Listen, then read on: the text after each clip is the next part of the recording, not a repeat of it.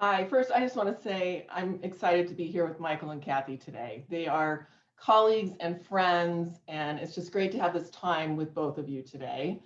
And I'm Laura Conover. My company is Conover Consulting. I help employers figure out compensation issues or how much to pay their people, and I fine tune cultures and leadership teams. So I run a search and staffing firm nationwide, and I'm going to be celebrating my 40 years in that industry this year, believe it or not. And I own my own firm for 13 years. So it's Dawson and Dawson Staffing, and I'm the CEO of that firm. And we think about people like this, that they are very important as much as a product or a service that you're selling in your company. Without knowing who the people are that you have, you're really never going to succeed. So that's why I'm so excited to be here to talk about that passion that we have. And I always tell my clients to think of us, Dawson and Dawson, when people are either coming or they're going or they're behaving badly. Then you want to call me. That. So, Laura, how can employers best prepare for a new employment culture in which the workers aren't local and they don't meet in person, or at least not often? Another great question. The first step is determine what kind of work structures will work for your organization going forward.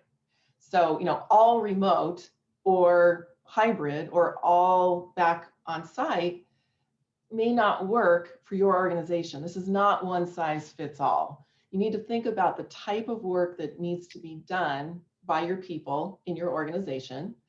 And then accordingly, based on the type of work that's done, maybe you might have some people who could be remote more often than others, some who need to be on site pretty much full time. It depends on the kind of work and who they need to interact with, etc.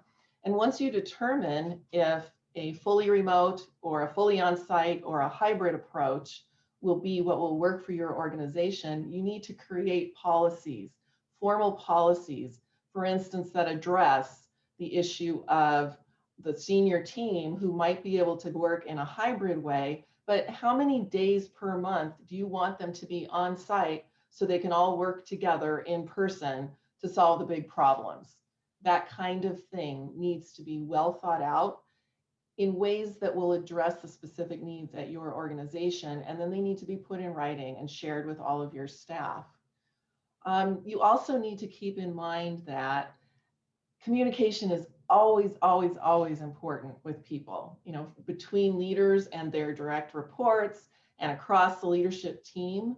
But when you've got this new world of so many people working remotely, the emphasis on intentional communication has to be just ramped up exponentially. You cannot over communicate with people, especially when you've got a number of people remotely. And you need to facilitate people getting to know each other better and communicating better with each other, since they can't have like those water cooler conversations, or they're not passing each other in the hallway to say, hey, I was thinking about that thing we talked about in the meeting. You've got to facilitate those kinds of interactions when you don't have everyone together on site. And I just wanted to, like piggyback on some of the things Kathy just said. Obviously, culture is everything. It always is, always has been, always will be. But you've got to be even more intentional about the kind of culture you want and how you're going to build it and support it with these new work structures.